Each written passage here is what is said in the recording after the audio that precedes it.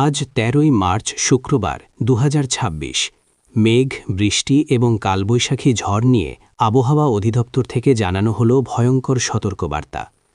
ইতোমধ্যেই বাংলার আকাশে প্রবেশ করেছে বৃষ্টিবলয় গোধূলি, যার প্রভাবে আগামী ২৪ ঘণ্টার মধ্যে রংপুর, রাজশাহী, ময়মনসিংহ, সিলেট এবং ঢাকা বিভাগের একাধিক জেলায় ভয়ানক বজ্রসহ ভারী বৃষ্টিপাতের পূর্বাভাস রয়েছে। এছাড়াও পরবর্তী ৭২ ঘণ্টার মধ্যে থেকে আসছে তীব্র কালবৈশাখী ঝড়। লণ্ডভণ্ড হতে পারে দুই বাংলার একাধিক জেলা। আজ এবং আগামীকাল আগামী ২৪ থেকে ৪৮ ঘণ্টা কোন কোন জেলার আবহাওয়া কেমন থাকতে পারে, এ বিষয়ে কি বলছে আজকের আবহাওয়ার রিপোর্টে জানিয়ে দিব বিস্তারিত। সঙ্গেই থাকুন। প্রতিদিনের নিত্যনতুন আবহাওয়ার আপডেট খবর পেতে আমাদের চ্যানেলটি সাবস্ক্রাইব করে রাখুন।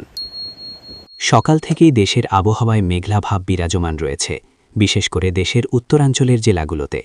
কয়েকটি জেলায় এই মুহূর্তে ভারী পরিসরে বৃষ্টিপাত হচ্ছে এবং কোথাও কোথাও বজ্রসহ দমকা ঝড়ো হাওয়া প্রবাহিত হচ্ছে। রংপুর, গাইবান্ধা, কুড়িগ্রাম, নীলফামারী, লালমনিরহাট, দিনাজপুর, ঠাকুরগাঁও, পঞ্চগড় জেলাগুলোতে আগামী ২৪ ঘণ্টার মধ্যে অতি ভারী বৃষ্টিপাতের সম্ভাবনা রয়েছে।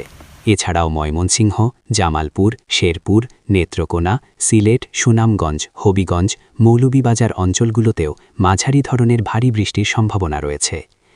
এদিকে রাজশাহী, সিরাজগঞ্জ, বগুড়া, পাবনা, নাটোর, নওগাঁ, চাঁপাইনবাবগঞ্জ, জয়পুরহাট জেলাগুলোতে আংশিক মেঘলা আকাশসহ কোথাও কোথাও হালকা বৃষ্টিপাতের সম্ভাবনা রয়েছে।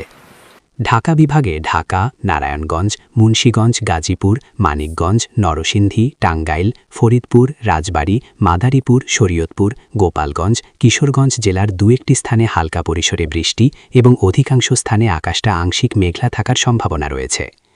এছাড়াও পরবর্তী ৭২ ঘণ্টার মধ্যেই তীব্র কালবৈশাখী ঝড় বাংলায় প্রবেশ করতে পারে এবং লণ্ডভণ্ড হতে পারে দুই বাংলার একাধিক জেলা, তাই সতর্কতা অবলম্বন করার পরামর্শ বিশেষজ্ঞদের। পরবর্তী আপডেট খবর পেতে চ্যানেলটি সাবস্ক্রাইব করে রাখুন। আল্লাহ হাফেজ।